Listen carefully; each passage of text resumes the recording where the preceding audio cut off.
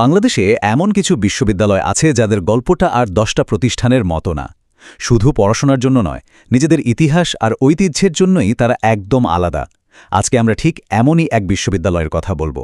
ভাবুন তো, যে বিশ্ববিদ্যালয়ের নামের সাথে একজন কিংবদন্তি নেতার আদর্শ জড়িয়ে, ক্যাম্পাসের ভেতরেই তার মাজার, অথচ সেই প্রতিষ্ঠানটা চলে পুরোপুরি একটা অরাজনৈতিক পরিবেশে। চলুন মাওলানা ভাসানী বিজ্ঞান ও প্রযুক্তি বিশ্ববিদ্যালয়ের এই অসাধারণ গল্পটা আজ জেনে নেওয়া যাক। আচ্ছা, শুরুতেই একটা ইন্টারেস্টিং তথ্য দেওয়া যাক। এটা বাংলাদেশে প্রতিষ্ঠিত 12তম সরকারি বিশ্ববিদ্যালয়। মানে বুঝতেই পারছেন, দেশের উচ্চশিক্ষার যে লম্বা যাত্রা, সেখানে এর অবস্থানটা বেশ গুরুত্বপূর্ণ। তো আমরা যে বিশ্ববিদ্যালয়টির কথা বলছি সেটার পুরো নাম হল মাওলানা ভাসানী বিজ্ঞান ও প্রযুক্তি বিশ্ববিদ্যালয়। আর এটা টাঙ্গাইল জেলার খুব সুন্দর আর ঐতিহাসিক একটা জায়গা, সন্তোষে অবস্থিত। তাহলে চলুন এবার একটু পেছনে ফেরা যাক। কিভাবে শুরু হলো এই বিশ্ববিদ্যালয়? প্রত্যেকটা প্রতিষ্ঠানেরই তো একটা শুরুর গল্প থাকে, তাই না? আর এই বিশ্ববিদ্যালয়ের গল্পটা কিন্তু এর নামের মতোই বেশ ইন্টারেস্টিং। এই টাইমলাইনটা দেখলে পুরো ব্যাপারটা পরিষ্কার হয়ে যাবে। দেখুন, ১৯৯৯ সালে সরকার থেকে আনুষ্ঠানিকভাবে বিশ্ববিদ্যালয়টা প্রতিষ্ঠা করা হলো।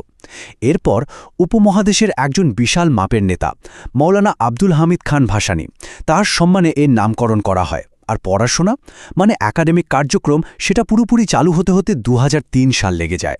বলা যায় তখন থেকেই এর আসল যাত্রাটা শুরু।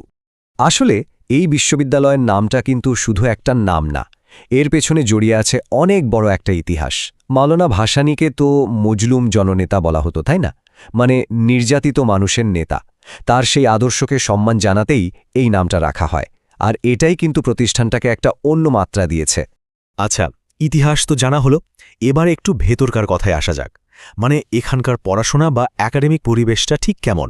এই বিশ্ববিদ্যালয়ে মোট 6টা অনুষদ বা ফ্যাকাল্টি আছে। এই 6টা ফ্যাকাল্টিকে কেন্দ্র করেই পুরো একাডেমিক স্ট্রাকচারটা দাঁড়িয়ে। তো চলুন দেখি কি কি ফ্যাকাল্টি আছে এখানে। এখানে একটা দারুণ ব্যাপার হলো সাবজেক্টের ভ্যারাইটি। একদিকে যেমন কম্পিউটার সায়েন্স অ্যান্ড ইঞ্জিনিয়ারিং বা বায়োলজির মতো টেকনিক্যাল বিষয় আছে, ঠিক তেমনি সোশ্যাল সায়েন্স বা বিজনেস স্টাডিজের মতো বিষয়ও পড়ানো হয়। মানে সায়েন্স, টেকনোলজি আর হিউম্যানিটিজ সব কিছুর একটা চমৎকার মিশ্রণ। আরেকটা খুব গুরুত্বপূর্ণ তথ্য হলো, এখানে কিন্তু পড়াশোনার মাধ্যম হচ্ছে ইংরেজি, সব ডিপার্টমেন্টে। এটা আসলে বিশ্ববিদ্যালয়কে একটা গ্লোবাল স্ট্যান্ডার্ড মেনটেন করতে সাহায্য করে। পড়াশোনার কথা তো হলো, এবার একটু ক্যাম্পাসটা ঘুরে আসা যাক, কি বলেন? কারণ একটা বিশ্ববিদ্যালয়ের আসল পরিচয় তো তার ক্যাম্পাসেই, তাই না? সেখানকার পরিবেশ, জীবনযাত্রা, এগুলোও তো জানা দরকার। তো আমরা আগেই বলেছি, ক্যাম্পাসটা টাঙ্গাইলের সন্তোষে, আর এর আয়তনও কিন্তু কম না, প্রায় ৫৭ থেকে ৭০ একরের মতো। বেশ বড় আর খোলামেলা একটা জায়গা। স্টুডেন্টদের জন্য যা যা দরকার তার প্রায় সবই আছে এখানে। থাকার জন্য হল আছে, পড়াশোনার জন্য একটা বড় সেন্ট্রাল লাইব্রেরি, খেলার জন্য মাঠ।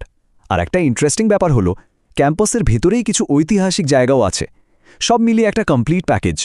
কিন্তু এইসব সাধারণ সুযোগ সুবিধার বাইরেও এমন দুটো জিনিস আছে যা এই ক্যাম্পাসকে একদম অন্য লেভেলে নিয়ে গেছে, অন্য সব বিশ্ববিদ্যালয় থেকে আলাদা করেছে। চলুন সেটাই এবার দেখা যাক। প্রথমটা হলো, যার নামে এই বিশ্ববিদ্যালয়, সেই মাওলানা ভাসানীর মাজার কিন্তু এই ক্যাম্পাসের ভেতরেই। ভাবা যায় ইতিহাস আর শিক্ষা কিভাবে একসাথে মিলেমিশে আছে এখানে, এটা কিন্তু সচরাচর দেখা যায় না।